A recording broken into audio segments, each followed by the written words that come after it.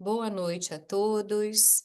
Hoje é um dia muito especial para nós que estamos aqui no Canadá e mais ainda porque estamos recebendo o nosso companheiro Carlos Campetti. Hoje é dia 1º de julho de 2025 e aqui no Canadá a gente comemora o Dia do Canadá, o Canada Day. Então é um dia festivo, com certeza, para nós brasileiros que tivemos a oportunidade de imigrar para o Canadá ou aqueles que ainda estão nesse processo. É um motivo de gratidão, porque além do nosso país que nos recebeu na reencarnação, o Brasil, nós tivemos essa oportunidade do Canadá nos receber como segunda pátria, né? Como segunda nacionalidade. E nosso coração, como a Karen disse, né? Todo o Canadá em festa, o nosso coração também em festa, e com muita gratidão. E é com muita gratidão também, nesse dia especial, que estamos recebendo o amigo Carlos Roberto Campetti, que é vice-presidente de unificação da Federação Espírita Brasileira, é palestrante e realiza também seminários para a formação de trabalhadores espíritas. O Campetti esteve virtualmente no Canadá conosco em novembro de 2023, numa conferência promovida pelo Conselho Espírita Canadense. E o Campetti administra, acredito que ainda seja isso, Campetti, pode me corrigir ou adicionar. Administra em colegiado o Centro de Estudos Espíritas Sem Fronteiras e o Centro Espírita Sem Fronteiras, com atividades virtuais. Correto? Uhum. Um em espanhol e o outro em português. Eu vi espanhol. E como eu não falo espanhol, eu, para não falar portunhol, preferi falar só. A Fior é do Centro de Estudos Espíritas Sem Fronteiras. Ah, que bom. Muito obrigada por estar aqui conosco. E hoje o Campetti vai participar conosco de uma roda de conversa. Ele vai trazer uma exposição sobre o tema Como Vencer as Tempestades da Vida. E em seguida nós vamos abrir o tempo de 30 minutos para perguntas, comentários e outras reflexões que Campetti poderá trazer para nós. Nós vamos convidar a nossa amiga Marisol para fazer a abertura com a página e oração. Obrigada.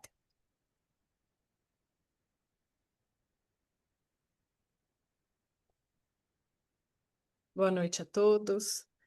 Vou fazer uma leitura do livro Fonte Viva, o Chico Xavier pelo Espírito Emmanuel. É o número 51, Sepulcros Abertos. A sua garganta é um sepulcro aberto. Reportando-se aos espíritos transviados da luz, asseverou Paulo que tem a garganta semelhante a sepulcro aberto. E nessa imagem podemos emoldurar muitos companheiros quando se afastam da estrada real do Evangelho para os trilhos escabrosos do personalismo delinquente. Logo se instalam no império escuro do eu, olvidando as obrigações que nos situam no reino divino da universalidade. Transfigura-se-lhes a garganta em verdadeiro túmulo descerrado. Deixam escapar todo o fel envenenado que lhes transborda do íntimo, à maneira de um vaso de lodo, e passam a sintonizar exclusivamente com os males que ainda apoquentam vizinhos, amigos e companheiros. Enxergam apenas os defeitos, os pontos frágeis e as zonas enfermiças das pessoas de boa vontade que lhes partilham a marcha. Tecem longos comentários no exame de úlceras alheias em vez de curá-las. Eliminam precioso tempo em palestras compridas e ferinas, enegrecendo as intenções dos outros. Sobrecarregam a imaginação de quadros deprimentes nos domínios da suspeita e da intemperança mental. Sobretudo, queixam-se de tudo e de todos. Projetam emanações entorpecentes de má-fé, estendendo o desânimo e a desconfiança contra a prosperidade da santificação por onde passam, crestando as flores da esperança e aniquilando os frutos imaturos da caridade. Semelhantes aprendizes profundamente desventurados pela conduta a que se acolhem, afiguram-se-nos de fato sepulcros abertos. Exalam ruínas e tóxicos de morte. Quando te desviares, pois, para o resvaladiço terreno das lamentações e das acusações, quase sempre indébitas, reconsidera os teus passos espirituais e recorda que a nossa garganta deve ser consagrada ao bem, pois só assim se expressará por ela o verbo sublime do Senhor. Vamos então, fechando os nossos olhos, pedindo que o nosso Mestre Jesus possa nos abençoar, nos envolver em muita luz nesse momento, nos ajudando para que possamos elevar as nossas vibrações, que possamos estar atentos a tudo que for falado essa noite, que possamos interiorizar esses ensinamentos e que possamos ter a coragem de colocá-los em prática no nosso dia a dia. E assim, nesse clima de muito amor e muita harmonia, vamos dando início ao nosso encontro dessa noite. Que assim seja, graças a Deus. Com você, Camille. Obrigado. Nossa saudação fraterna a todos. Podemos começar? Sim. Sim, obrigada. E nós buscamos aqui em Mateus e em Marcos, e vamos ler os trechinhos para nós nos situarmos. A tempestade acalmada está em Mateus, no capítulo 8, e ali a partir do versículo 23. Depois disso, entrou no barco e os seus discípulos o acompanharam.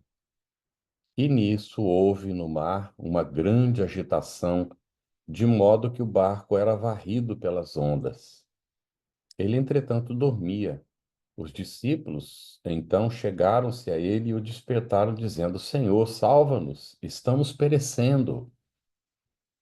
Disse-lhes ele: Por que tendes medo, homens fracos na fé? Depois, pondo-se de pé, conjurou severamente os ventos e o mar. E houve grande bonança. Os homens ficaram espantados e diziam: Quem é esse a quem até os ventos e o mar obedecem? Com pequenas variações, Marcos vai registrar no capítulo 4, a partir do versículo 35, a tempestade acalmada. E disse-lhes naquele dia, ao cair da tarde: Passemos para outra margem. Deixando a multidão, eles o levaram do modo como estava, no barco, e com ele havia outros barcos. Sobreveio então uma tempestade de vento, e as ondas se jogavam para dentro do barco, e o barco já estava se enchendo. Ele estava na popa, dormindo sobre o travesseiro. Aqui não é o travesseiro de pena, não, que a gente está acostumado, viu, gente? É uma parte do barco mesmo. Eles o acordam e dizem: Mestre, não te importa que pereçamos? Levantando, conjurou severamente o vento e disse ao mar: Silêncio, quieto. Logo o vento serenou e houve grande bonança. Depois perguntou: Por que tendes medo? Ainda não tendes fé?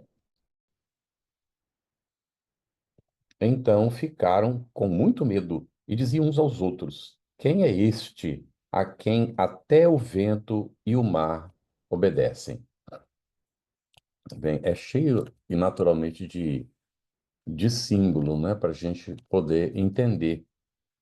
Ele vai convidá-los, não é, a atravessar para outra margem.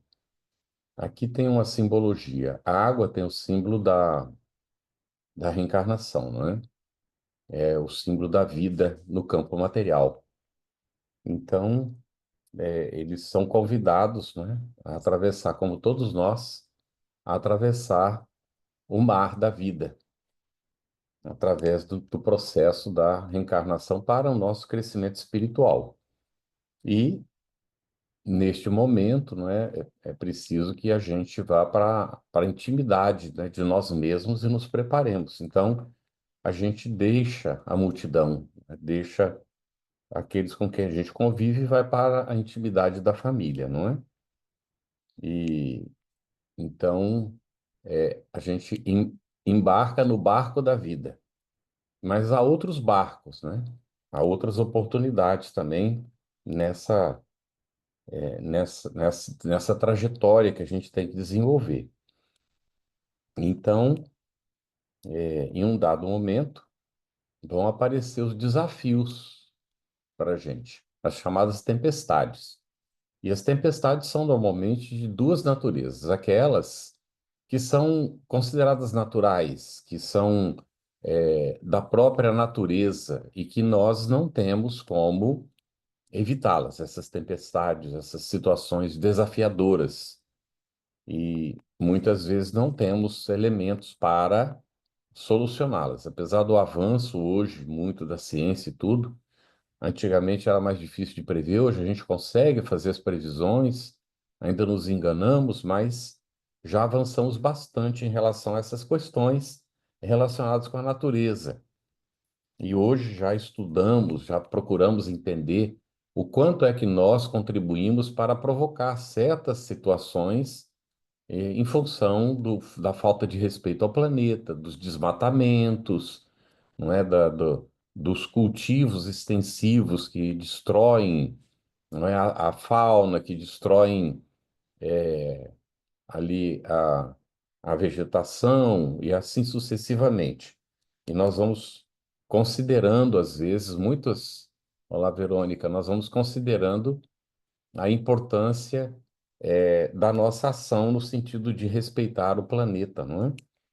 E então há outro tipo de tempestade, que é as tempestades provocadas pelas nossas ações. Como é que isso acontece? Essas tempestades surgem normalmente quando nós desrespeitamos a lei divina. Aí é preciso entender, nós somos criados simples e ignorantes, questão 115 do Livro dos Espíritos, né? Criados simples e ignorantes, fomos submetidos às provas para, não é, na luta de superação dessas provas, desenvolvermos as nossas capacidades e nos aproximarmos de Deus. Então, quando nós somos criados, nós somos submetidos a uma lei perfeita. A lei é perfeita. O Livro dos Espíritos, na sua terceira parte, desenvolve esse aspecto para o nosso melhor entendimento do que é essa lei natural, essa lei divina. E é ali mesmo quando nós vamos entender que Deus não criou o mal. Deus criou o universo, nos criou a nós, criou leis perfeitas. Toda a criação divina é perfeita. Mas, quando nós nos afastamos da lei divina, quando nós descumprimos a lei divina, quando nós ignoramos a lei divina, nós então geramos o mal. Então, nós somos responsáveis pelo mal que nós geramos. Porque dentro da lei há um aspecto do livre-arbítrio, da liberdade de decisão, que é relativa nos primeiros estágios da evolução do princípio espiritual, né? É automático, inclusive. Todos os processos são praticamente automáticos. Até o surgimento do instinto, quando nós estamos na condição, né, passando pelas experiências no campo da animalidade, e vai depois, não é, surgir o desenvolvimento da inteligência, e com isso também se amplia a consciência, a capacidade de entendimento, e aí surge a responsabilidade.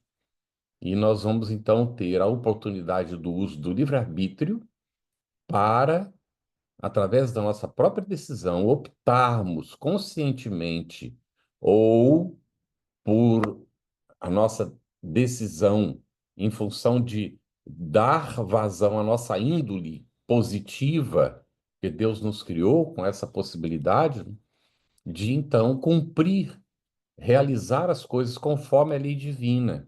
E aí nós avançamos no nosso processo, no nosso progresso espiritual. Mas quando nós nos afastamos da lei divina, não cumprimos, não agimos conforme os propósitos da lei divina, então nós fazemos surgir as tempestades, os desafios que não seriam necessários, mas que nós fazemos com que eles sejam necessários em função do nosso desvio, do nosso descumprimento da lei divina. E aí essas tempestades, elas normalmente nos afetam no campo moral, no campo do sentimento, no campo do nosso psiquismo.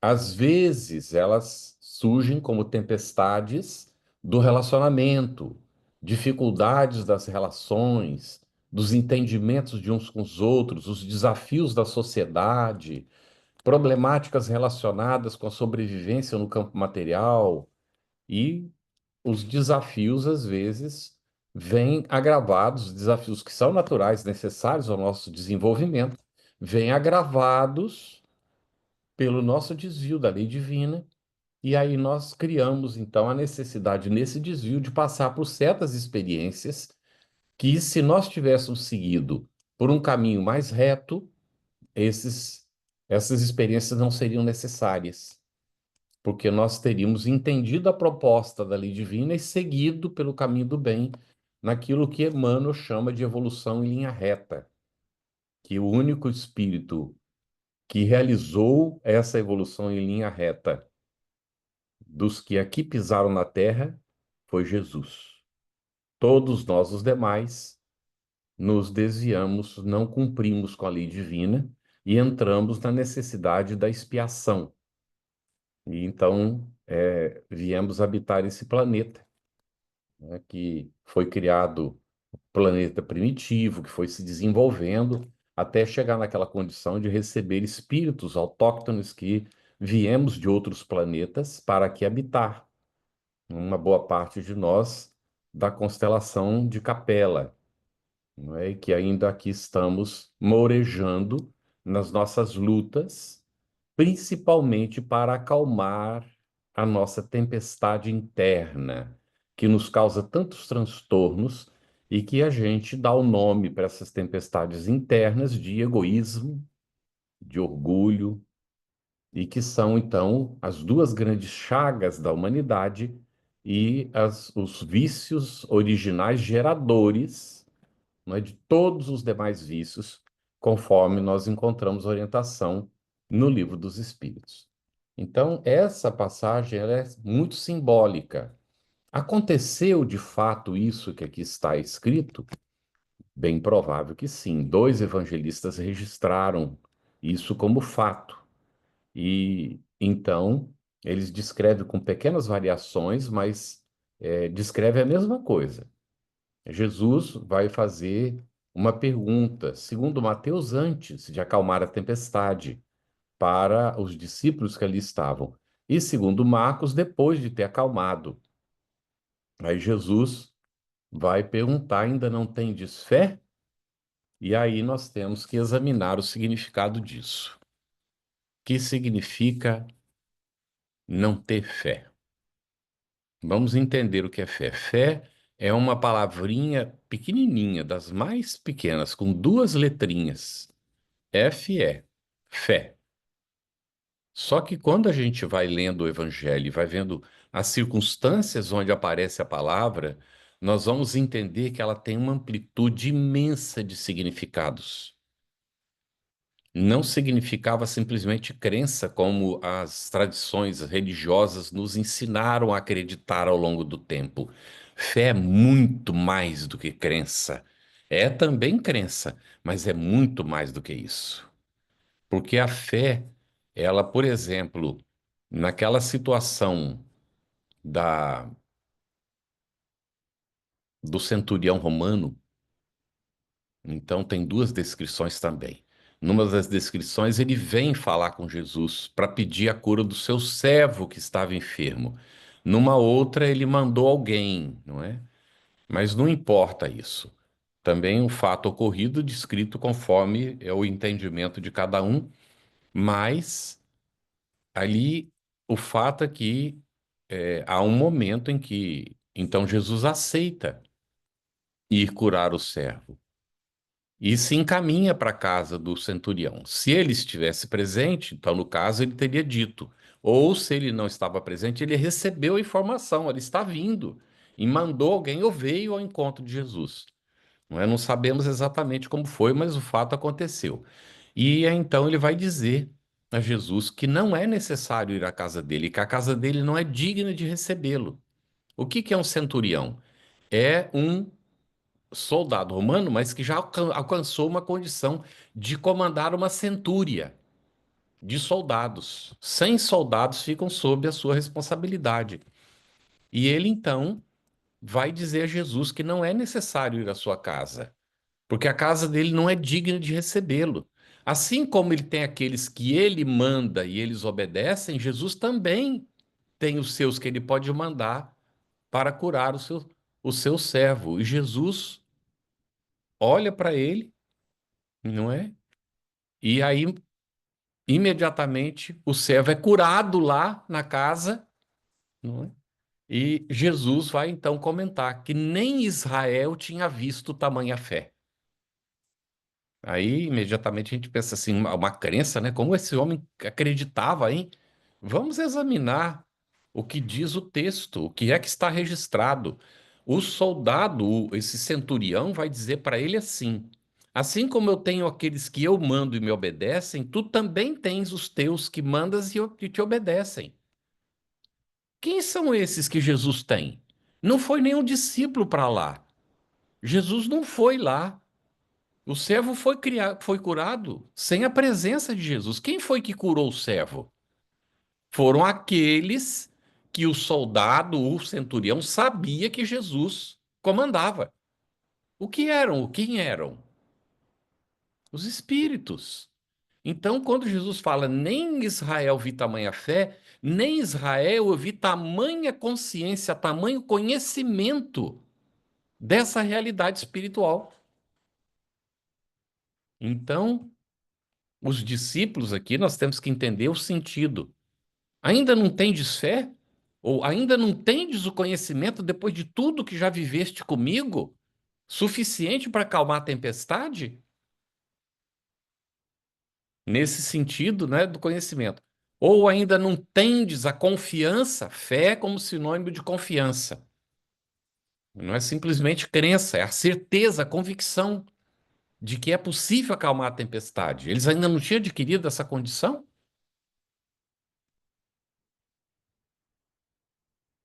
E eles também não tinham, então, confiança em Deus?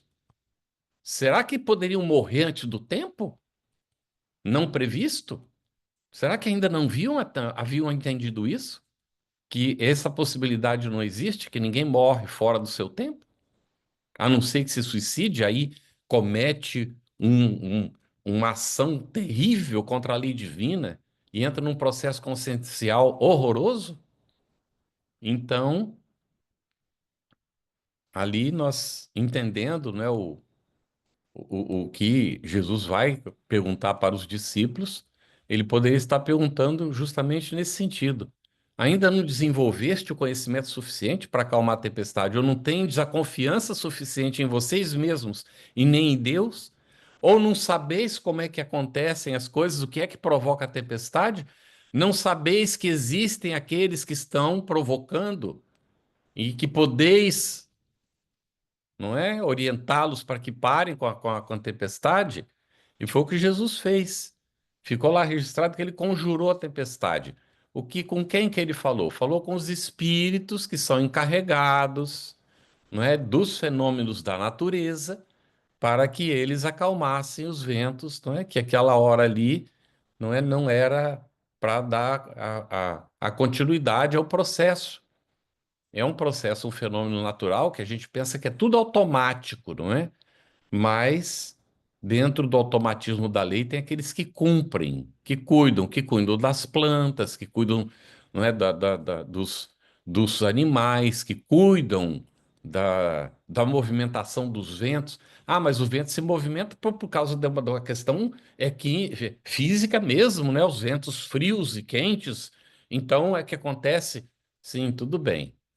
Mas na realidade, não é? Esse suposto automatismo, ele é todo comandado dentro de processos, porque nada disso é feito ao acaso. Não acontece por acidente. Há uma lei divina que regula tudo isso, que às vezes os homens de ciência não aceitam, não é?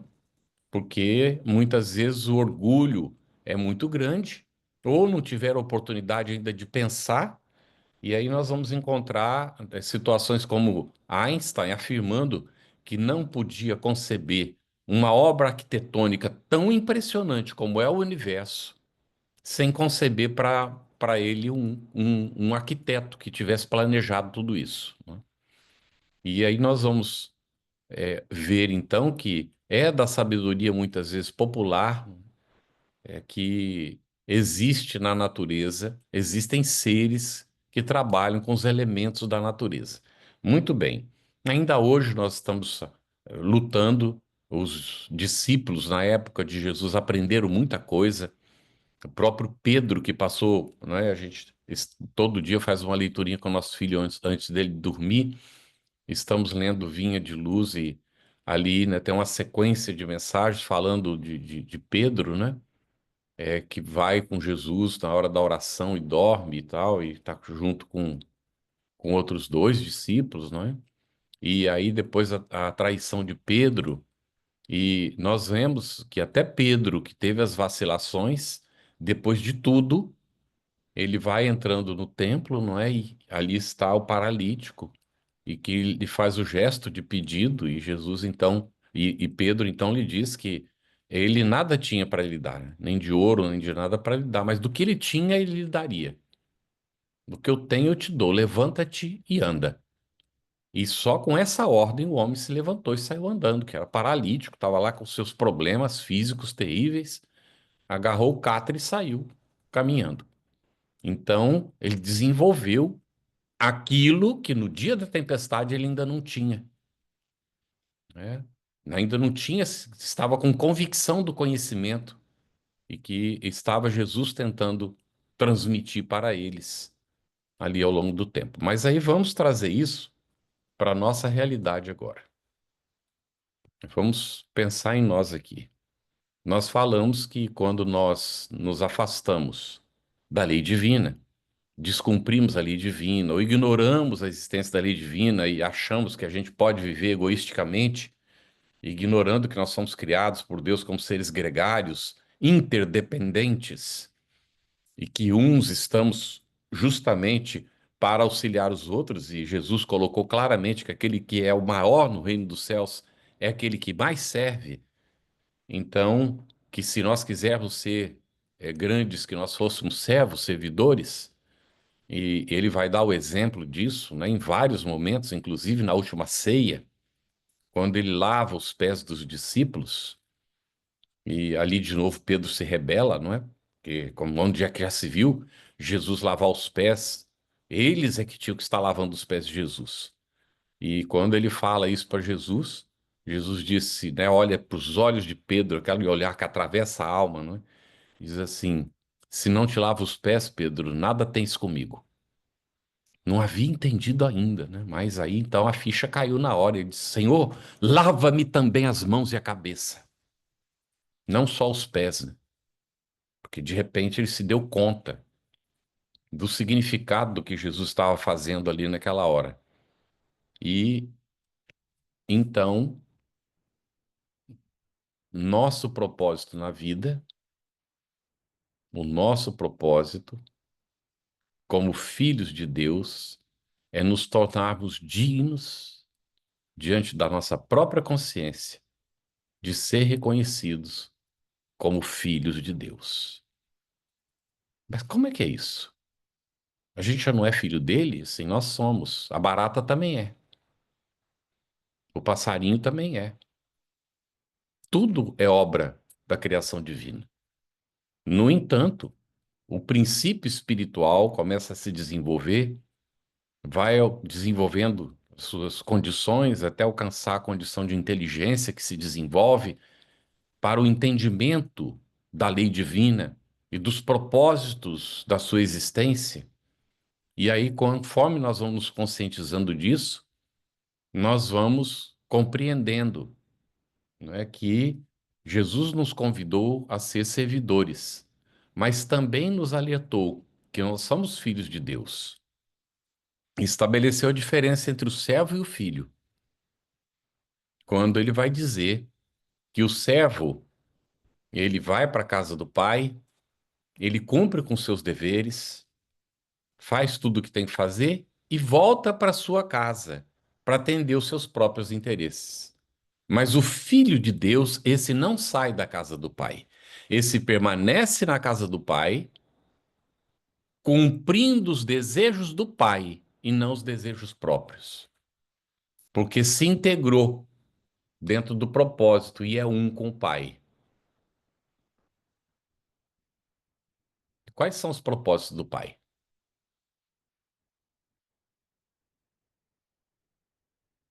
Nós, como mães, como pais, o que é que nós queremos em relação aos nossos filhos? Quando nós estamos equilibrados, né? Porque às vezes está desequilibrado aí não sabe nem o que está fazendo. Mas quando a gente sabe o que está fazendo, o que que a gente deseja? O que que a gente deseja que os nossos filhos façam um em relação aos outros? Não é que se respeitem, que sejam cooperadores um com o outro, que se apoiem mutuamente. Não é isso que nós queremos? Não é isso que nós desejamos para os nossos filhos? Que não haja briga entre eles, que haja entendimento. O que é que Deus espera de nós, como seus filhos? É o que está estabelecido na lei. Então, as tempestades que nós enfrentamos, uma boa parte delas, são justamente tempestades que nós geramos ao longo do tempo. Diz-se, semeia-se ventos e colhe-se tempestades. Então, a colheita é livre. Não, a colheita é obrigatória. A semeadura é livre, mas a colheita é obrigatória. Então, conforme a gente semeia, a gente colhe. Faz parte da lei de causa e efeito. E vamos entender bem, não é simplesmente de ação e reação, tá bem? Porque a lei de ação e reação é da física. É lei de causa e efeito mesmo. As causas que desencadeiam certos efeitos. E então nem sempre funciona conforme a ação tem a reação, não é? Então, você joga a bola na parede, ela volta para você. Não é exatamente só nesse sentido mecânico do processo, porque tem todo um aspecto, não é, espiritual, psicológico dentro disso tudo. Muitas vezes, não é? E aí nós vamos entender com Pedro, na sua primeira epístola, quando ele coloca que o amor cobre a multidão dos pecados, né? Então, Allan Kardec vai nos colocar a caridade como o ágape, que é o amor em ação, que é o compartilhar, é o doar de si, não apenas as coisas, não é? Mas o doar de si em favor do semelhante. Então, o que é que acalma as tempestades? É justamente a ação no campo do bem. É a nossa transformação interna. É a nossa identificação com os propósitos da lei divina. Isso é o que acalma as tempestades. E aí a gente pode pensar, puxa, tá filosófico, né? Como é que eu relaciono isso no meu dia a dia? Coisas muito simples. Não precisa ser nada sofisticado e nem ficar esperando momentos especiais para fazer as coisas. A gente faz no dia a dia mesmo. Quando a gente tem os filhos e a gente compreende que Deus os confiou a nós, que nós temos uma responsabilidade independente do que diga a sociedade, do que diga, não é, os supostos educadores do mundo, nós somos responsáveis, questão 383 e 385 do Livro dos Espíritos. Os pais são responsáveis pela educação dos seus filhos, sejam crianças ou jovens. Nós somos responsáveis.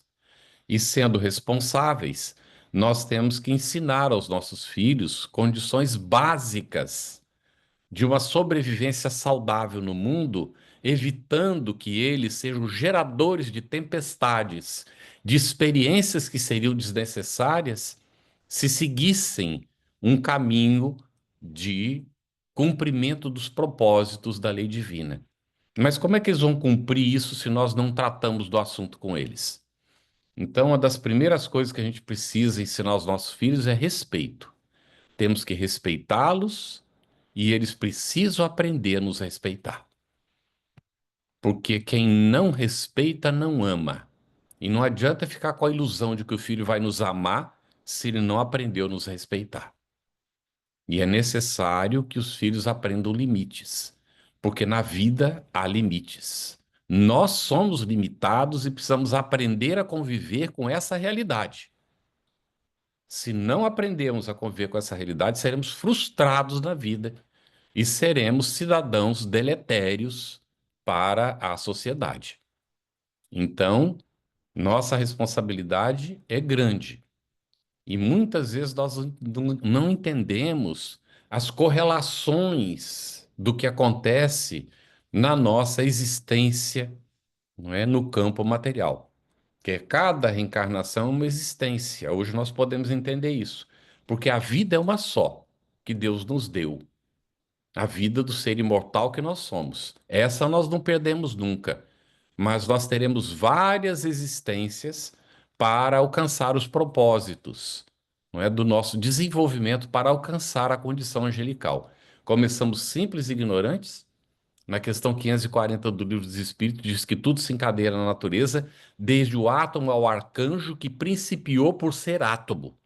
E eu fui lá no original em francês para conferir. Está dito principiou por ser átomo.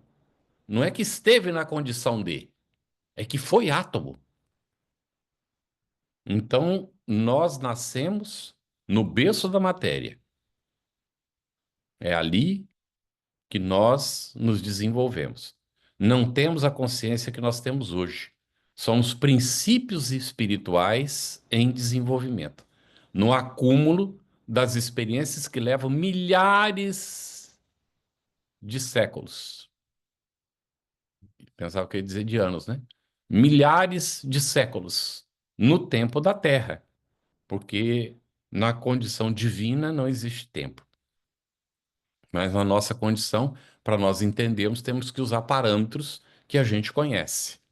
E então nós vamos nos desenvolvendo ao longo desse tempo até alcançar a condição que nós temos hoje. E hoje nós temos condição de entender que o nosso desafio é a autossuperação. A minha luta não está fora, contra as tempestades do mundo provocadas pelos outros. Porque as tempestades provocadas pelos outros só me atingem quando eu tenho necessidade delas. Se não tiver necessidade delas, e muitas vezes nós recebemos o contragolpe das tempestades alheias por sintonizarmos com o que os outros estão fazendo.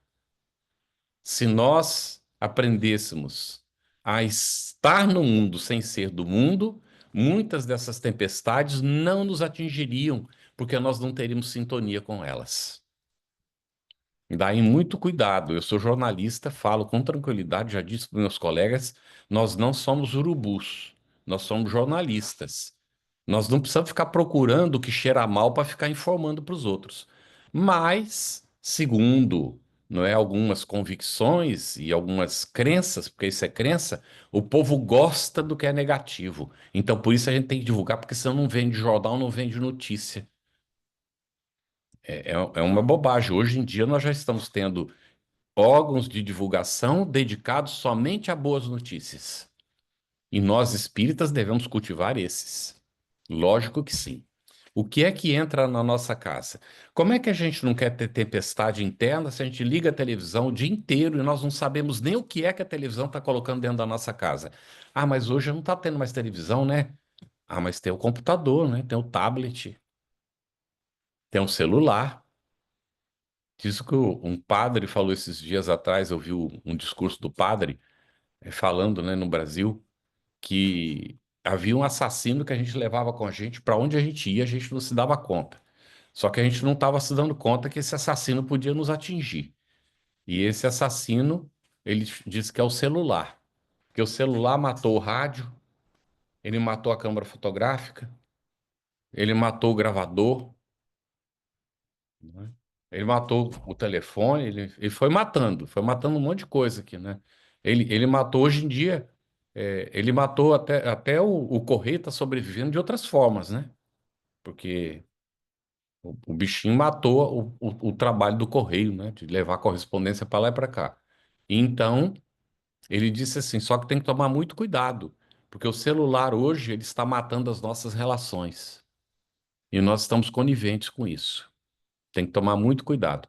Então, através desse aparelhinho que a gente leva para tudo quanto é lado, a gente muitas vezes permite entrar coisas que não são boas para nós, não é?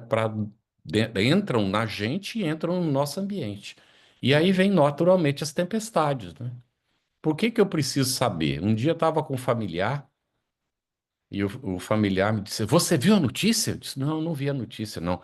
Aliás, vou fazer um parênteses aqui. Eu sou jornalista, mas eu não leio os jornais, tá? Eu vejo síntese de informações que hoje em dia a gente tem, e a minha mulher, como ainda está trabalhando, é diplomata, ela tem que estar informada. Então, quando ela acha que tem alguma coisa muito importante que eu tenho que saber, ela me conta, não é? Mas tem muita coisa, mas muita coisa que a gente não precisa saber, mas não precisa mesmo, não faz a mínima falta e que só nos perturba. São tempestades geradas por outros que a gente permite entrar no nosso ambiente, no nosso psiquismo e que causam dano para nós. Vocês querem ver um dos maiores causadores de tempestade? São as telenovelas.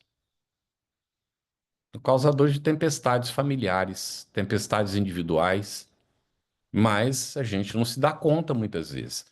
Então, há anos nós abolimos a televisão de casa. Nós temos uma televisãozinha em casa, que o nosso filho é autista, e então ele selecionou, e nós selecionamos com ele uma série de vídeos que ele vê.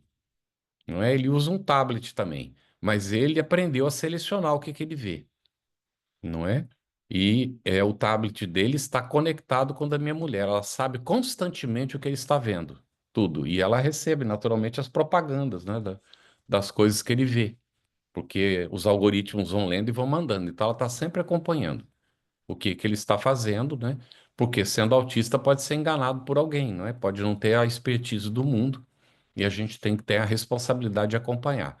Que, aliás, é a nossa responsabilidade acompanhar os filhos, né? A gente está dando para os filhos hoje, ainda mal conseguem se sentar, às vezes no colo da gente já estão com o dedinho, né? E a cabecinha metida no celular ali já, né? A nossa netinha com 5 anos ligou hoje, pegou o celular da senhora que trabalha na casa e ligou para a mãe dela e ligou para a avó dela, a minha mulher, e nós estamos aqui em Barbados, não é? Ela está lá no Brasil e ela ligou para falar com a gente. Então, bastante esperta, né? Mas aí a gente tem que ver o que é que está acontecendo com tudo isso, né? Para os nossos filhos e aqueles com quem nós temos responsabilidade de educar, de orientar. Então, as tempestades da vida, elas surgem, em resumo, de duas maneiras. Elas surgem naturais, necessárias ao nosso desenvolvimento.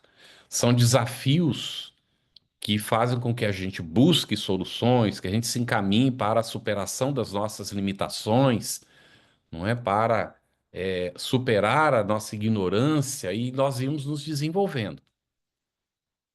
E tem aquelas tempestades que nós fabricamos ou que outros fabricam e a gente aceita e que causam muitos transtornos na nossa vida.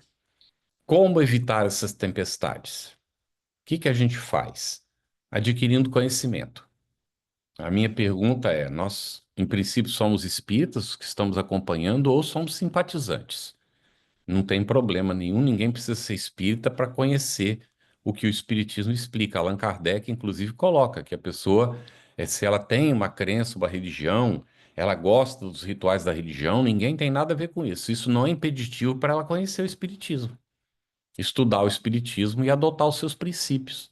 Naturalmente, com o tempo, a pessoa pode superar a necessidade dos rituais, não é? Das liturgias. Pode ser que aconteça. Se não acontecer, não é problema, desde que entenda a proposta do Espiritismo, que é a própria lei natural, é a própria lei divina, é a religião natural ensinada por Jesus à mulher samaritana, em que chegaria o dia em que o homem não adoraria Deus nem no templo, ou seja, não seria necessário religiões do mundo, e nem no campo, ou seja, nas derivações das religiões, mas adoraria a Deus em espírito e verdade, porque Deus é espírito. Essa é a religião que o Espiritismo nos traz, porque essa foi a única que Jesus apresentou para a humanidade através de uma mulher que na época não era nem contada, por causa dos nossos prejuízos ao longo do tempo. No nosso entendimento limitado, hoje a gente entende, e foi um choque para mim na minha adolescência, quando eu li a questão 200, 201 do Livro dos Espíritos, porque eu era machista até a raiz do cabelo. Pobre da minha irmã, não é? Não, pobre de mim. Não era só pobre dela, era pobre de mim. Quando eu li aquilo que eu entendi, que ora reencarnamos homem, ora mulher, e que existe a lei de causa e efeito, então, aí, há algum tempo, a minha mulher disse assim: graças a Deus, eu me casei com um homem que não é machista. E eu fiquei feliz, porque quando eu li aquilo, fui fazer um trabalho tremendo para conseguir vencer essa coisa, esse ranço que a gente traz. Aí o indivíduo reencarna homem, pisa nas mulheres, faz todo quanto é tipo de discriminação, depois reencarna a mulher e aí fica rebelada contra os homens, porque os homens fazem, e aí fica naquele ciclo vicioso. Então a gente vai aprendendo que essas são gerações de tempestades, não é não? E que a gente tem que acalmar o nosso coração. Reencarnamos na condição que estamos, por necessidade evolutiva, quando já temos condições para isso, por escolhas que nós fizemos no mundo espiritual antes da reencarnação, e quanto mais tranquilos formos na aceitação do papel que nos cabe, sem acomodação, porque nós podemos ser cooperativos uns com os outros, e entender, e por isso a gente tem que estudar o Espiritismo, não é? Estudar o Espiritismo com os nossos filhos, estudar o Espiritismo com a nossa família. Né? Ah, mas a minha família não é espírita, não tem problema, estuda sozinho então. Isso a gente tem repetido constantemente. E a gente não pode falar para os demais aquilo que a gente não faz. Então, o espírita tem que ser coerente. Jesus falou que a grande dificuldade dos fariseus é porque eles diziam que viam, não é? Agora dizeis que vedes, e aí é onde está o vosso pecado. Porque vê e não faz, conforme está vendo. Então, o espírita é responsável. Nós temos hoje, olha a biblioteca aí atrás. Isso não é de papelão, não, viu? É a biblioteca mesmo. Então alguém perguntou: você leu todos esses livros aí? Eu disse assim: a maioria, os que eu não li ainda estão na fila para ser lidos, porque a gente tem que ler todo dia. Nossa, ler todo dia não é exagero, não é fanatismo, não, não é consciência. Está lá na introdução do Livro dos Espíritos. Se reconhece um estudo sério pela continuidade que se lhe dá. E uma continuidade não é hoje, depois daqui um mês de novo, daqui quando der, é constante. Então, leitura individual diária. O Will Durant, ele é um filósofo, historiador americano. Na minha adolescência, eu comprei uma coleção de livros filosóficos, que eu era um vendedor ambulante passando na frente da casa. Eu perguntei para minha mãe: tem dinheiro aí, mãe? Quero comprar uns livros aqui que não está vendendo. Aí comprei a coleção de livros filosóficos, tinha 14 anos. E aí eu fui ler o livro do Will Durant, me marcou muito. Ele selecionava cerca de 400 textos. E ele colocou lá que quem lesse aqueles textos que ele selecionou, 1 hora por dia, 7 dias na semana, durante 4 anos, se tornava um filósofo espírita. E eu não tinha uma biblioteca dessas, não. Era bem miudinha a biblioteca ainda. E eu olhei para a biblioteca e disse assim: meu Deus, Kardec já selecionou os livros, os conteúdos, já selecionou os textos. Se eu ler isso aqui 1 hora por dia, 7 dias na semana, durante 4 anos, então eu vou me tornar um filósofo espírita, ué. E aí está o nosso desafio, não é? Ler André Luiz é ótimo, Emmanuel também. Mas para chegar a André Luiz e Emmanuel, é melhor a gente ter lido Allan Kardec, Leon Denis, Camille Flammarion, Shelley, né? É importante ter ido a Kizakov. Mas quem é essa gente? São os pioneiros do espiritismo, não é? Então a gente precisa conhecer esses autores todos. Como é que a gente vai conhecer se não lê?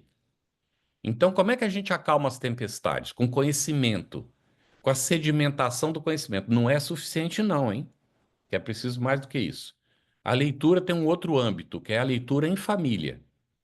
Desde o ano 2002, não dá tempo de eu contar a história, não é? Que alguém que já viu a palestra anteriormente pode ter ouvido, que a gente já falou isso várias vezes. 2002, por insistência da minha mulher e do avozinho dela já desencarnado, nós iniciamos uma leitura diária do Espiritismo em família. No início eu não concordei, porque eu não via como fazer. Minha mulher sugeriu, ela estava inspirada e não sabia. E aí, numa circunstância da vida, 6 meses depois, o avô me chamou a atenção, dizendo: cadê a leitura que eu sugeri para ver há 6 meses e vocês não estão fazendo? Ficou insistindo 3 meses. Aí parou, não é? Porque a gente não queria, tanto eu como a filha. Aí nós passamos a fazer leitura, todo dia em casa. Que vocês leram? Nós lemos Kardec, nós lemos eh, Leon Denis, nós lemos Emmanuel, nós lemos André Luiz, nós lemos Ivone Pereira, nós lemos alguma coisa de Joana de Ângelo, bem pouquinho, não é? Mas lemos também e Amélia Rodrigues, e aí fomos lendo, fomos lendo. Lemos os 4 evangelhos, né, do Novo Testamento 2 vezes em família. E fomos lendo ao longo do tempo. A nossa filha hoje é espírita graças a essas leituras, porque a gente viveu em 8 países diferentes, contando que o Brasil tinha lugar que não tinha centro espírita. Então, aí tem um terceiro aspecto do estudo, que é o estudo no centro espírita. É para lá que a gente vai levando as nossas dúvidas, levando o que a gente já aprendeu para compartilhar com os outros, nos estudos que a instituição oferece. Então, isso acalma as nossas tempestades. Muito bem. O que é que acalma a nossa tempestade numa emergência? Evangelho segundo o Espiritismo. Eu sofri uma tempestade muito grave na minha adolescência. Tinha um espírito que me acompanhou desde o nascimento, porque compromisso do passado, ele já vinha acompanhando desde lá o nascimento, e esteve até depois do casamento junto comigo, né? E ele perturbava tremendamente, né? Muito revoltado, e então eu tinha que estudar de manhã e de noite para me preparar para o vestibular. E o indivíduo não me dava trégua. Eu ia tentar dormir, ele não deixava eu dormir. E eu já sabia, né? Estava estudando Kardec, estudando André Luiz, né? Emmanuel. Então eu sentava na cama, pegava o Evangelho segundo o Espiritismo e começava a ler com uma luzinha individual para não atrapalhar ninguém. E ele lá perturbando. Eu não conseguia entender nada do que estava lendo. Então eu ficava lendo, lendo, lendo até entender. Quando eu entendia, aí eu dava uma parada, voltava para o texto que eu tinha entendido para ver se era aquilo mesmo, lia de novo, aí eu fazia uma oração e deitava e dormia placidamente. Porque Kardec tinha ensinado para mim, nas leituras que eu fiz de Kardec. Tem que ver quem cansa primeiro, se o obsessor ou se você. Se você cansar primeiro, ele te domina. Então, o evangelho ali na bucha. E até depois do casamento, ele ainda insistia. Até um dia em que ele se manifestou no trabalho mediúnico, teve uma longa conversa de esclarecimento. Ele já estava aborrecido daquilo, via que não conseguia mesmo derrubar mais, não é? E estava frustrado e tal, e vendo que ele estava sofrendo muito, até que aceitou então se encaminhar. E são tempestades que a gente cultivou lá no passado. Tempestades que vêm das reencarnações anteriores, que a gente acumulou, não tem como se livrar delas, tem que enfrentar, tem que encarar, tem que suportar, até que as coisas se encaminhem naturalmente, não é? Mas não podemos nos acomodar nunca. Nós vamos parar aqui, que está chegando perto do horário combinado, para ver se tem perguntas. E se não tiver pergunta, a gente continua falando, que esse tema ele tem muita coisa para ser dita, né? Mas eu espero que tenha perguntas, que eu adoro a gente Ó, ouvir as perguntas e responder e trocar ideias juntos. Se tiverem excelente, comentários também, pode fazer, viu? excelente, Campete, muito obrigada. Enquanto os companheiros vão aí, ó, pensando nas perguntas, pode levantar a mão ou escrever aqui no chat. A gente agradece imensamente aqui a participação de companheiros que estão no Texas, em Connecticut. Eu já morei um tempinho em Connecticut. No Brasil, eu vi República Dominicana, Havaí. Nossa, que bacana! Muito obrigada mesmo. Acredito que todos participem com você, Campete, Isso. É do, do Sem é, Fronteiras, do Sem do Fronteiras Sem ou do Fronteiras. Blossom. Que Olha a bacana. Graça, lá do Tocantins, ó. E Grace, bom te ver. Grace também do nosso estudo de segunda-feira do Livro dos Médiuns. Muito Que bem. Obrigada por saudade, que Tá junto com a saudade. Regina, né? junto com Regina, sim. Muito obrigada por estar conosco. Então, vamos lá. Deixa eu ver alguma pergunta, algum comentário.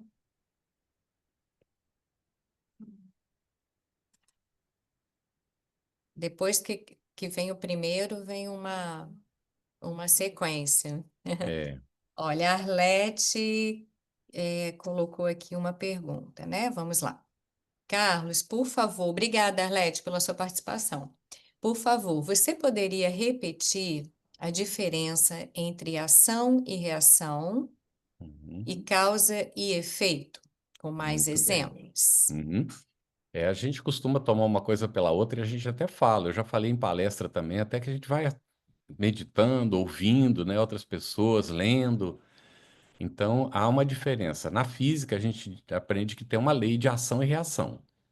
Não é? A cada ação corresponde uma reação. E aí, o exemplo clássico que a gente tem do colegial, você joga uma bola na parede, ela bate na parede e volta. Não é? Volta para você a bola. Então, é uma ação que deu uma reação. Mas, dentro do espiritismo, a lei é de causa e efeito. Então, as causas desencadeiam efeitos. E não há efeitos sem causa. Então, tudo que nos acontece, isso é muito importante na questão do exame das tempestades da vida, né? Porque não tem nada que aconteça conosco que não tenha uma necessidade, senão Deus seria injusto. E ele não é. Então, se nós passamos por uma experiência, passamos por uma dificuldade, por problemas, tudo isso está dentro da nossa necessidade. Então é por isso que ninguém mata uma pessoa que não tem necessidade de morrer. Ah, mas aí está justificado o assassino? Não, não está, não. Ele não deveria assassinar. Ele tem agora uma responsabilidade. Porque ele fez provocou aqui na ação dele, não é? Gerou na morte, vai ter que ter, então, dentro da ação dele, uma reação. Mas é dentro da lei de causa e efeito. Quando ele provoca a morte, ele vai ter que passar pela experiência. Ih, mas aí alguém vai ter que matar ele de novo. E aí vai ficar esse ciclo vicioso, não é? Acontece que chega num certo momento, que o espírito chega num certo grau de evolução, em que ele precisa passar pela experiência, mas ele vai pedir, inclusive, aos bons espíritos que o ajudem, porque ele não quer que ninguém se comprometa por causa do erro dele. Então, um dia tem uma bala perdida. A bala não é nunca perdida. Ela acha o alvo que tem o compromisso de recebê-la. Mas isso não justifica que tenham balas perdidas. Vê como que são as coisas, não é? Então, a lei é de causa e efeito no espiritismo. A toda causa corresponde efeitos. Se o que você está gerando como causa é o mal, você vai ter como retorno, não é? Como efeito o mal. E não é necessariamente como reação, porque na reação é mecânico. Você joga a bola na parede e ela retorna para você. Mas quando a gente faz o mal para outra pessoa, nós temos atenuantes dentro do processo. É o que a gente colocou. O amor cobre a multidão dos enganos. O bem, ele cobre, né? Ele nos revigora e pode, inclusive, evitar de nós passarmos por certas experiências que já não seriam mais necessárias, uma vez que a gente já aprendeu e já está encaminhado no sentido do bem. Não sei se ficou mais claro, Arlete. Obrigada. Pergunta de Akemi. Oi, Akemi. Olá. Obrigada. Você está interagindo bem, até nos informando, né, dos companheiros no Havaí, na República Dominicana. Obrigada por estar conosco. Então, a pergunta E a de Kemi está me visitando aqui, está nos visitando, a minha Ah, Vera então aqui, tá em aqui em Barbados? Barbados, é. Ah, maravilha. Gente, hoje nós estamos em todos os lugares. Muito bom. Obrigada, Kemi. A pergunta de Akemi é: de que forma as tempestades da vida revelam não apenas nossos limites, mas também nossas possibilidades? Muito bem, excelente pergunta vocês estão fazendo, né? Da Arlete, da Kemi, ótimo. É interessante, porque a gente diz que tem tempestades que são aquelas naturais que a gente não pode evitar, né? E elas acontecem justamente como desafios para mostrar para nós a nossa capacidade, ou para a gente desenvolver a nossa capacidade, não é, de superar esses obstáculos, de encontrar caminhos, de encontrar processos de proteção. E aqui eu sempre me lembro nessa hora da borboleta, né? Não sei se vocês sabem o processo. A borboleta é uma lagarta que come, come, come, come, depois faz um casulo e um dia ela sai do casulo como borboleta voando, mas tem um processo aí. Ela rompe o casulo com as asas. Se ela não romper o casulo com as asas, ela não voa. Eu não estou falando de teoria. Minha filha, que teve animais de estimação de tudo quanto é tipo na vida, ela teve uma vez um borboletário, que ela quis de animais de estimação borboletas. E aí ela me disse como é que era que as amiguinhas tinham na Espanha, a gente ia numa feira e comprava um aquário com as lagartas. Aí a gente colocava, né, as folhinhas lá para a lagartinha comer. Chegava um tempo lá que elas viravam, né, fazia o casulinho, virava a borboleta. Aí elas se cruzavam, botavam os ovinhos, a gente abria, elas iam tudo embora e ficavam os ovinhos, que iam nascer novas lagartinhas. Aí uma dessas vezes, uma delas não saiu do casulo. Ela ficava se mexendo, uma parte para fora, outra parte lá, e não saía, não saía. As outras cruzaram, foram embora e ela nada. Já as outras já estavam para nascer de novo, os filhotinhos, né, as lagartinhas, e ela nada lá, né? Aí nós resolvemos ajudar. Pegamos uma tesoura, depois de muito conversar, ver o que fazia, cortamos. Ela, plof, caiu lá no fundo do borboletário, lá do aquário, e nunca voou. Acabou morrendo daquele jeito. Então nós vimos que a borboleta ela só voa quando ela rompe o próprio casulo. E nós também, nós temos que romper com o casulo da matéria, porque a matéria é a nosso berço e é o nosso meio de evolução. Mas nós não podemos estar no mundo sendo do mundo. Nós temos que estar no mundo sem ser do mundo. Nós temos que passar pela matéria como trânsito e sem nos apegar a ela. Quando nós nos apegamos, atrasa o processo evolutivo. A gente não voa, fica dentro do casulo. Obrigada. Ah, Então, de fato, algumas das tempestades são para mostrar as nossas capacidades, né? Evidenciar que nós somos capazes e podemos caminhar com os próprios pés. Aliás, chegou esse tempo, né, gente? Nós estamos adentrando o período da regeneração, quando nós somos convidados a deixar de ser dependentes da religião, do pastor ou do representante da religião, ser dependentes do médium ou do palestrante, uhum. deixar de ser dependente do nosso anjo da guarda, porque até hoje, sinceramente, nós somos um peso para a sociedade, para a humanidade. Mas nós estamos convidados a fazer a transferência, não é? E superar essa tempestade na qual nós estamos há tanto tempo. E aí nos tornarmos realmente úteis para a humanidade. Obrigada. Próxima pergunta da Karen. Obrigada, Karen. Como você sente o espiritismo fora do Brasil? Uhum. Será que tem ajudado mais ou aberto mais mentes?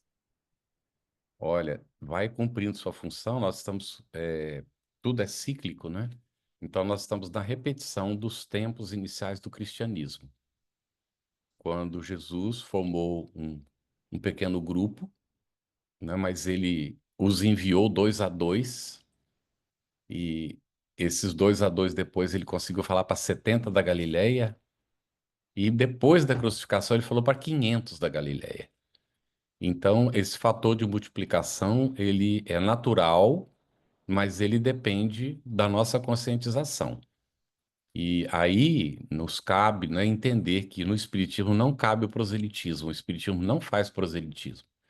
E nós, ao contrário de todas as demais religiões, nós não temos interesse que as pessoas sejam espíritas. Nós trabalhamos para que as pessoas se conheçam, saibam de onde elas vieram, por que que elas estão aqui, qual é o seu papel e para onde elas vão. E que elas são responsáveis por elas mesmas. O que nos importa é que as pessoas se identifiquem como criaturas úteis e que a sua realização está justamente no trabalho que elas realizam em favor do semelhante. Então, quando a humanidade realizar isso, então nós já não precisaremos nem mais do espiritismo. Tudo bem, gente? Então, é muito importante que a gente trabalhe não para que as pessoas sejam espíritas lá fora propriamente. A consequência natural é aumentar o número dos espíritas, mas nunca o espiritismo será a religião de toda a humanidade. Não temos que ter essa ilusão, porque os princípios espíritas sim chegarão para todo mundo. Porque esse é o que Leon Denis colocou. O espiritismo não será a religião do futuro, mas é o futuro das religiões. Porque todas elas descobrirão a lei natural, a lei divina, que é o que o Espiritismo traz, que foi o que Jesus trouxe para a humanidade. Então, nós temos que fazer uma coisa que não é simples. Que o Haroldo Dutra respondeu essa pergunta lá na Alemanha, quando fizeram a pergunta para ele. Porque perguntaram para ele o que que nós, brasileiros vivendo no exterior como espíritas, podíamos fazer para divulgar melhor o espiritismo. Aí ele fez um arrazoado e disse que o que de melhor nós podemos fazer é viver conforme o Espiritismo nos ensina. Que essa é a melhor forma de a gente causar uma influência imorredoura naqueles que convivem conosco. Então, nós, estando fora do Brasil, a gente tem essa tarefa, e isso está acontecendo devagarinho. Tem aumentado o número de pessoas mais conscientes a respeito da realidade da vida espiritual, os conceitos de reencarnação. Até na Suíça, que é um país calvinista, 33% da população suíça acredita na reencarnação. Só que tem um problema. Também nos Estados Unidos, cerca de 70% dos americanos creem na reencarnação. Só que aí nós temos que nos lembrar do seguinte, e para isso eu vou contar, no primeiro encontro internacional de espiritismo realizado em Miami, nós estávamos lá presentes, fomos falar sobre o ESD. E um companheiro nosso da Federação Espírita Brasileira, José Jorge, já desencarnado, era chamado Pequeno Grande Homem. Ele era miudinho, magrinho, pequenininho, mas um conhecimento impressionante. E ele então foi convidado para falar, ele ia falar antes de mim. Eu sentei lá na frente e aí ele chega, pega o microfone e diz assim: Bom, vocês sabem que eu sou espírita, que eu fui convidado aqui para falar sobre a reencarnação. Mas eu quero deixar claro logo de saída uma coisa para não ter dúvida aqui. Eu não acredito na reencarnação. Eu cheguei a olhar para trás, porque foi um ó no auditório, e tinha umas 300 pessoas, né? E ele disse assim: Calma, calma, não joga tomate podre, ovo podre em mim, não. Deixa eu explicar. Eu vou explicar. Eu realmente não creio na reencarnação. Sabe por que que eu não creio? Porque eu sei que ela existe. Está lá no Evangelho segundo o Espiritismo, gente. Crede em Deus, mas sabendo por quê. O espírita não é crédulo. O espírita não é simplesmente crente. A fé do espírita é uma fé raciocinada, baseada na lógica. Aquilo que a gente não entende, nós não somos obrigados a aceitar. Mas nós não podemos ficar no mero entendimento. É por isso que hoje existe um programa oferecido pela Federação Espírita Brasileira,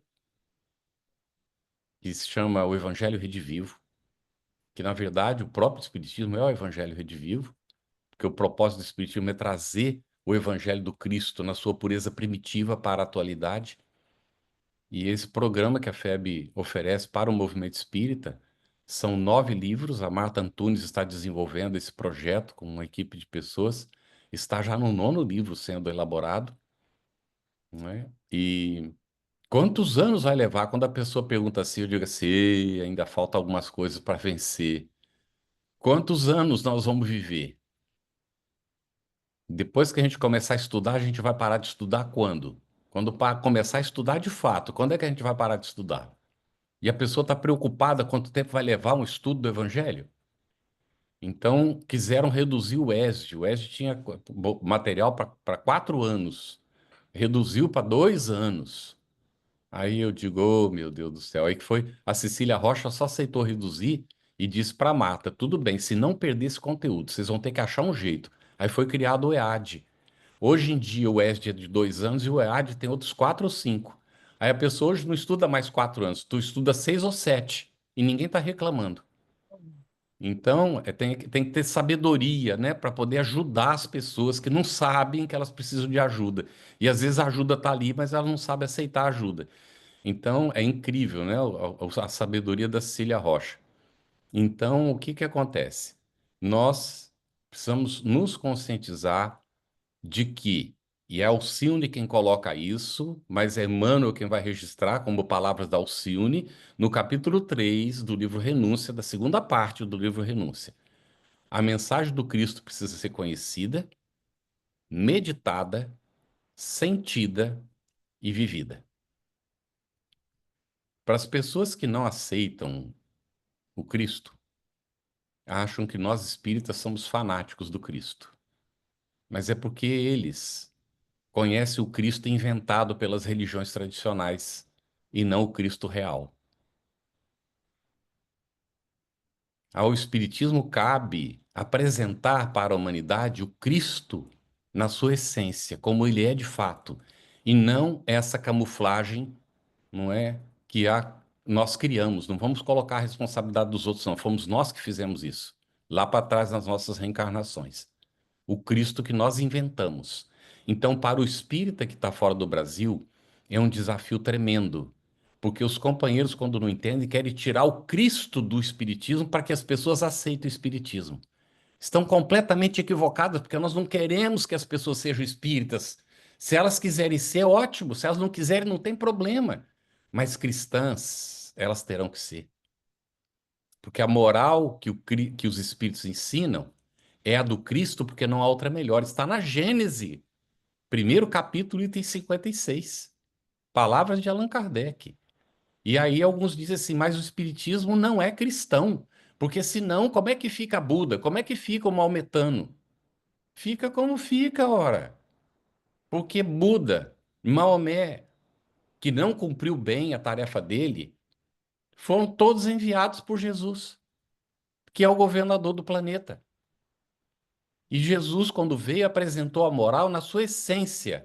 Não é um resumo do que já tinha apresentado, é a essência do passado, do presente e do futuro. E isso que a humanidade precisa entender. Não é para ficar adorando Jesus, não, que nós não adoramos Jesus. No Espiritismo não tem isso. Ele é o nosso irmão que veio aqui para nos indicar como é que a gente faz para chegar lá onde a gente chegou. Isso é que as pessoas precisam entender, não é? E aí o Evangelho Redivivo tem ajudado. Está entrando na Alemanha, é impressionante, né? Alguns companheiros têm a convicção de que o Evangelho Redivivo vai ajudar os alemães a entenderem a proposta do Cristo,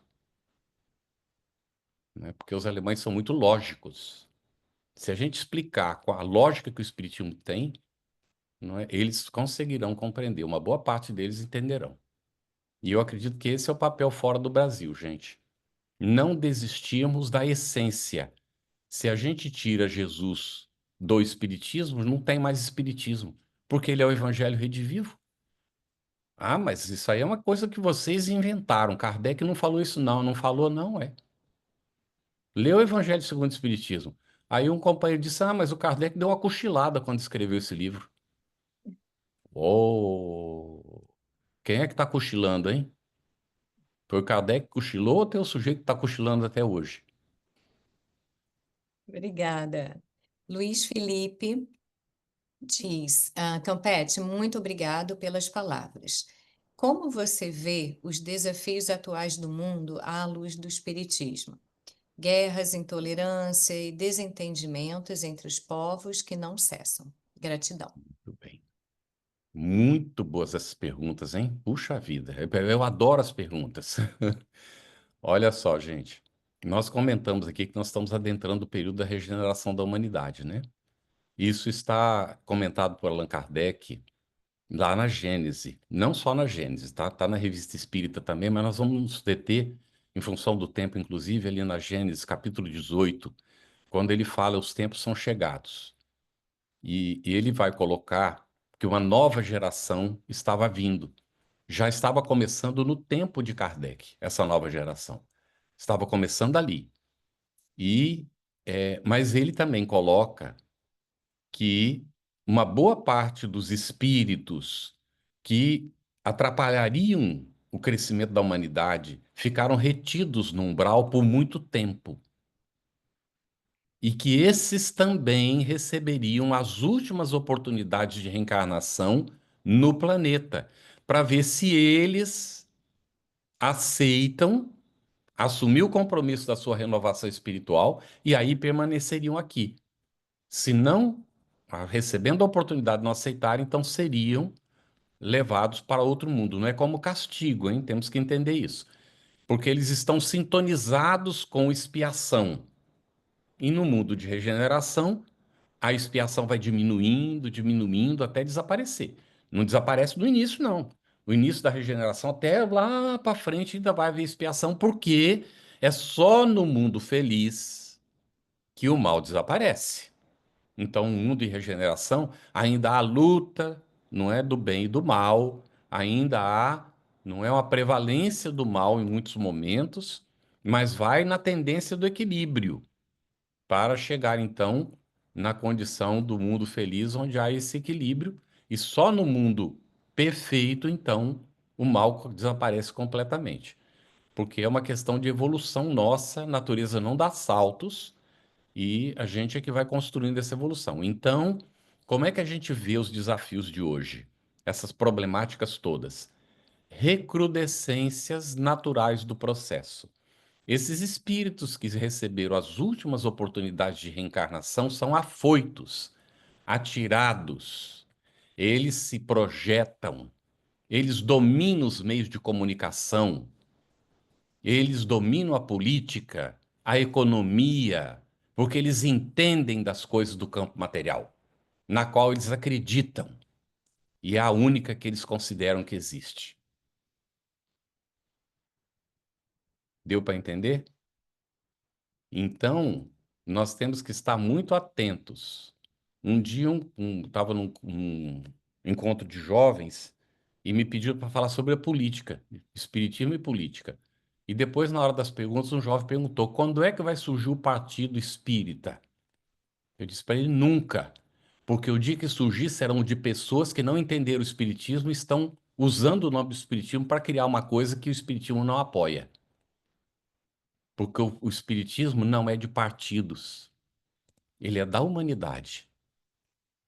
E a humanidade precisa entender que na humanidade não deveria haver partidos, mas pessoas trabalhando pelo bem umas das outras, não para defender facções contra outras facções. Quando surgiu a Comunidade Econômica Europeia, houve uma efervescência, os espíritas estavam entusiasmados e falavam que estavam caminhando para um governo único. Aí a FEB publicou um editorial no Reformador. Muita atenção. O ato da criação de um bloco ainda é um ato de egoísmo, porque é um bloco que se defende contra o outro bloco. E isso é um ato de egoísmo coletivo. Deu para entender? Então nós ainda temos muitas coisas para serem superadas. Muitas coisas para serem superadas. Mas nós estamos caminhando. A humanidade hoje é muito melhor do que foi no passado. Eu sou um otimista nesse sentido. Porque a gente olha lá para trás e olha agora. Nunca houve tanto trabalho voluntário no mundo como hoje.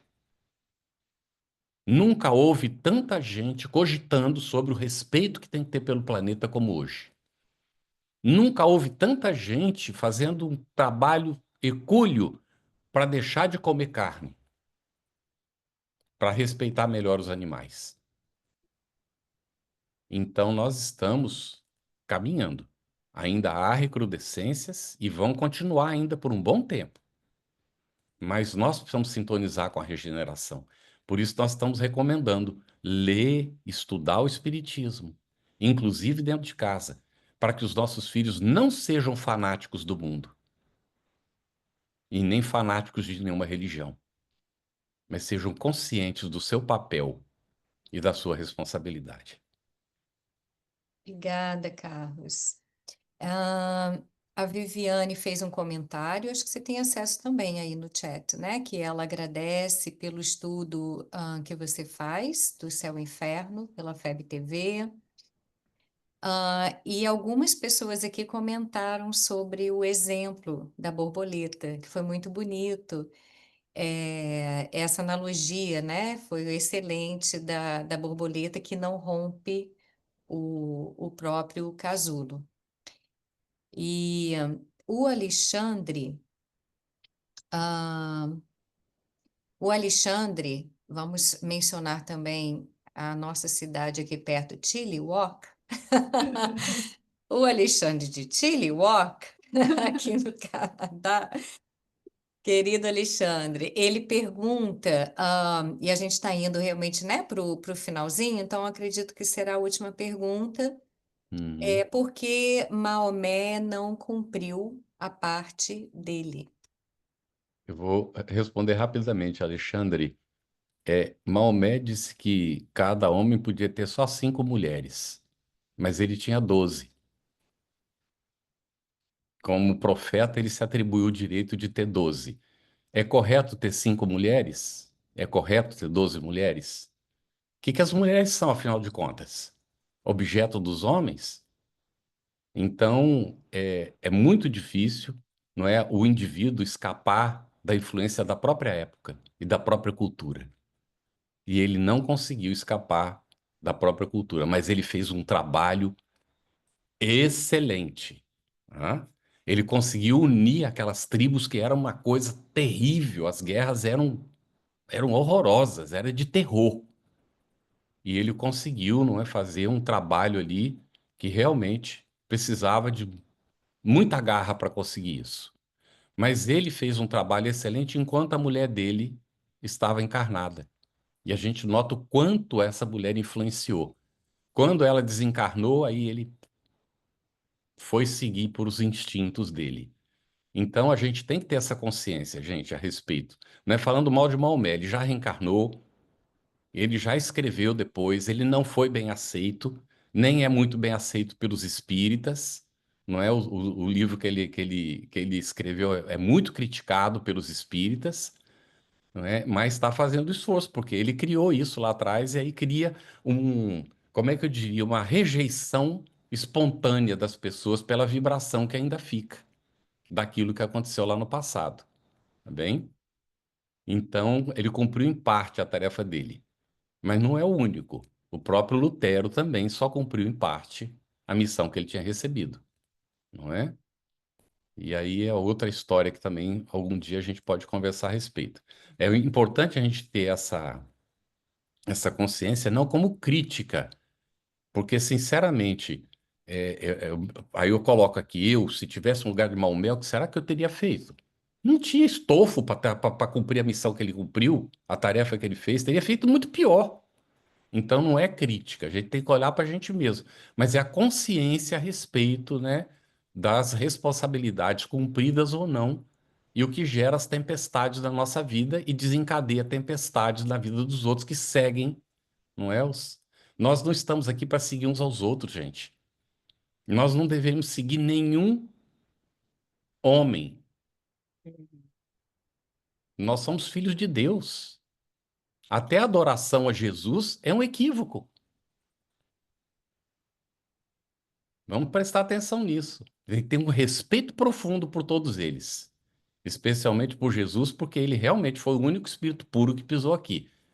Então, ele já tinha feito a sua evolução quando veio. Muito respeito por todos eles, mas ter a consciência de que nós não fomos criados para nos seguir uns aos outros, porque adorar de fato somente a Deus nosso Pai. E a gente adora Deus nosso Pai não é com liturgia, é fazendo bem. Obrigada, Campete. Então, chegamos ao final, né, dessa exposição. Com certeza, todos nós aqui presentes em diversas partes do planeta, vamos levar nossas reflexões sobre como vencer as tempestades da vida, as que trazemos, as que recebemos. Muito obrigada mesmo. Foi talvez até além do que esperávamos com o tema. Gratidão a todos que participaram também conosco. E para finalizar, nós gostaríamos de saber, Campete, se você pode fazer a oração para que a Uhum, gente ainda se conecte mais ainda tá e bem. principalmente com os nossos corações. Ficamos Uhum, muito felizes mesmo aqui da costa oeste do Canadá de contar com tantos amigos hoje. Muito tudo obrigada. bem, que ótimo. É, só a Maria Helena, o livro do Muhammad, né, do Maomé, é o Alcorão, né, que a gente tem, a gente leu também. Vamos fazer a nossa prece, então. Muito obrigado, gente. A gratidão profunda pelo acolhimento, pela oportunidade de estar juntos, pela paciência e o nosso agradecimento a Deus, nosso Pai, pela bênção da vida, pelas oportunidades renovadas de nós irmos construindo a nossa evolução na velocidade escolhida por nós mesmos. Agradecimentos a Jesus, o Divino Mestre, por todo o bem que Ele realizou junto de nós, nos evidenciando que é possível seguir esses passos de crescimento espiritual. Agradecimento a todos os benfeitores da humanidade que, ao longo do tempo, contribuíram conforme as suas condições para o avanço da humanidade. Vibramos, Senhor, profundamente agradecidos a Allan Kardec, que nos oferece esse entendimento profundo da tua mensagem, Mestre, e que nós possamos seguir firmes nos propósitos de renovação espiritual, dando a nossa contribuição, ainda muito limitada, mas dentro das nossas possibilidades, para que mutuamente, apoiados uns nos outros, possamos seguir firmes nesse caminho de renovação espiritual, no qual toda a humanidade entrará algum dia. Vibramos, Senhor, pedindo as bênçãos da tua proteção, da assistência dos benfeitores amigos para o centro que nos recebe hoje e para todos os que aqui estamos, que as tuas bênçãos adentrem os nossos lares e alcance os corações dos nossos familiares e que possamos, na sequência, Senhor, seguir firmes nos propósitos de compreender melhor os teus ensinamentos para vivenciá-los e assim realizando os propósitos da nossa existência. Nos sentimos melhor conosco mesmo e mais integrados nos propósitos da vida. Obrigado, Senhor. Graças damos a Deus, nosso Pai.